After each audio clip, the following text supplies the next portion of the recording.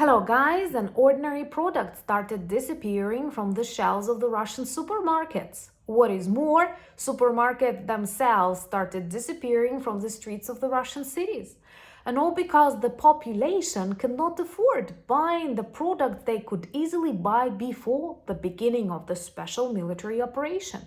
The official Russian statistic demonstrates that prices on the basic products have risen 40% since the failed blitzkrieg that so many Russians supported. I believe now they think that this war can destroy the Russian Federation way sooner than they expected to destroy Ukraine. The famous chain of the Russian supermarkets, Peterочка, the one you may remember after the visit of Ukrainian armed forces to Kursk region, had to report 15-20% shortages of the choice of products in their supermarkets, and all because Russians cannot afford buying them. 60% report they stopped getting the product they want because they experience financial problems and they are kind of anxious about the future of the Russian Federation, which definitely resembles the context exactly before the collapse of the USSR, with long queues, rising prices, and shortages of everything that you thought was totally affordable. Let's discuss how these internal Russian problems can help us defeat the evil and bring lasting peace. My name is Anna, I'm from Ukraine, I'm in Ukraine, and if you want to see the collapse, demilitarization of Russia, subscribe. We discuss all of that on the channel, and please share these videos to protect your loved ones from the Russian lies. So the good old times are back, and I hope you can recognize the sarcastic Anna regime, because I'm talking about those very poor, very dark years just before the collapse of the USSR. They resemble the situation with products, with supermarkets, with fuel in Russia right now, and are actually a good symptom of the state of the Kremlin. So according to the official report inside Russia, people now get access to a smaller choice of food products, healthcare, facial products, and products for kids. The problem is not just about the gasoline, the prices, the shortages, but about the basic products. The reasons. First of all, the expensive rent. Many big chains of supermarkets cannot afford the rental prices in the context of the recession, inflation, and they start narrowing down the areas they previously used.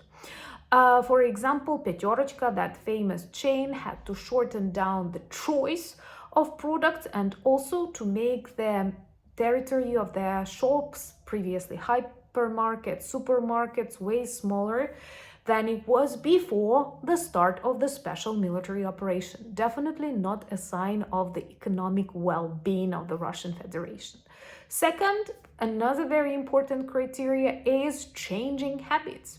It sounds like changing habits, something neutral, but in reality, changing habits are the result of serious problems inside the Russian financial system. A lot of people are worried for their deposits, and recently I've told you about billions of rubles that they withdraw from the Russian banks, not trusting them and trying to save the deposits. But of course, they don't feel secure about the future. They don't feel secure about the future of ruble, that's 1000%, and they stopped buying the things they kind of like it. And they actually prove it. According to the Russian statistics, 58% of that population consciously say no to the things they want to buy because of that insecurity. And 56% look for substitutes, cheaper substitutes, or something similar but not that expensive or not that quality, because they cannot afford it. That is a sign of the collapsing Russian economy that went out of this state system, like regional budget, something that you cannot sense that easily, and literally reached every Russian that cheered for this war, but now doesn't like the consequences. Subscribe to witness justice served. That is super important. And let me know, do you experience any serious problems with product shortages or prices in your countries. I will read the comments very attentively because I want to understand, is that a serious problem just inside Russia, or do other parts of the world experience something that bad too? But we're talking about 40% of price rises on basic products, not just gasoline. That's pretty obvious, taking into account what happens to Russian oil refineries. But we're talking about meat, we're talking about butter, we're talking about bread. And that returns me back to the times of my very early childhood. I was born in 1984, 6 years before the collapse of the USSR. And I remember standing in very long queues with my mom to get butter or sugar. You could not get both. One day your shop would sell butter. Another day your shop would sell sugar. Russians are heading that way. And if you want to know more about my exotic memories, subscribe to Anna Danilchuk and watch more videos there. So this fresh statistics from the Russian chains of supermarkets demonstrate that in comparison to August 2024, prices on basic products, because that's what you get in a supermarket, these are not luxurious cars, and even Russian Avtovaz is collapsing. These are not, I don't know, fur coats or caviar, but this is basic products. And if you compare prices in 2024 with 2025 prices, you see 8.3% growth. And in comparison with the beginning of this year, 4.6%. That is huge. That is huge. That is a demonstration of the things that Putin cannot hide. That is one of the reasons why the head of the central bank, why the Minister of Finance in Russia speak about that openly. By the way, they had a very serious scandal these days with lots of Russians trying to get access to the banks of Kazakhstan. And I'm sure you can guess why. They consider them as an option to save some money if they are lucky to withdraw them from the Russian banks and move outside the country. But Russians started finding that and creating new obstacles to the population that simply tries to save their savings. I know when I'm speaking about that, it may seem very unusual for you with your healthy democracies where you never had all of your savings disappear because of the mismanagement in your country. But that is exactly what generations of Russians and people trapped inside the Soviet Union had gone through. My family had this experience after the collapse of the USSR. They lost all of their savings and they could buy a flat or a car, but they didn't. They kept it in the Soviet bank and they lost it.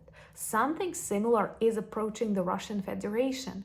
And every time Putin or Medvedev repeat that they see Russia's 2026 budget as a military budget, millions of Russians rush to withdraw their money from banks. But perhaps they hide them under the pillows or I don't know, elsewhere. They do not go to the supermarkets to buy things. They change their habits. And all because this failed blitzkrieg destroys the Russian Federation way faster than they expected to destroy Ukraine.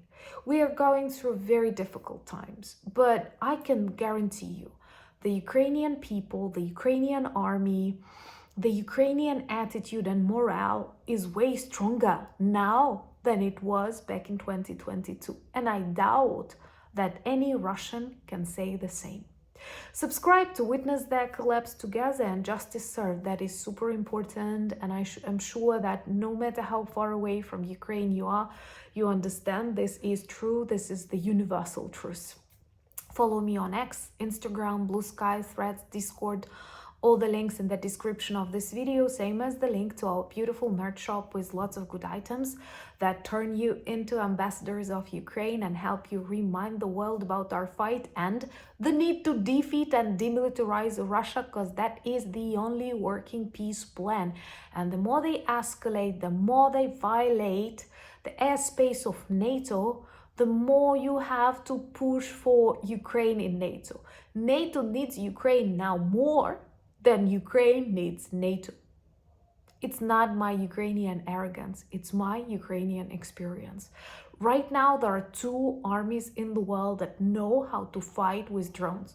One is evil, the army of Russia. Another one is on your side, good, experienced, very brave, and on the side of good, the army of Ukraine. Let's stand together. Please share these videos, inform others, and remember to join me tomorrow 9 p.m. Kyiv for our live conversation. Looking forward for that. And thank you so much for buying me coffees, becoming my patrons and sponsors of the channel, but most importantly, thank you for spreading the truth and standing with Ukraine. Together, we will win. Slava Ukraini!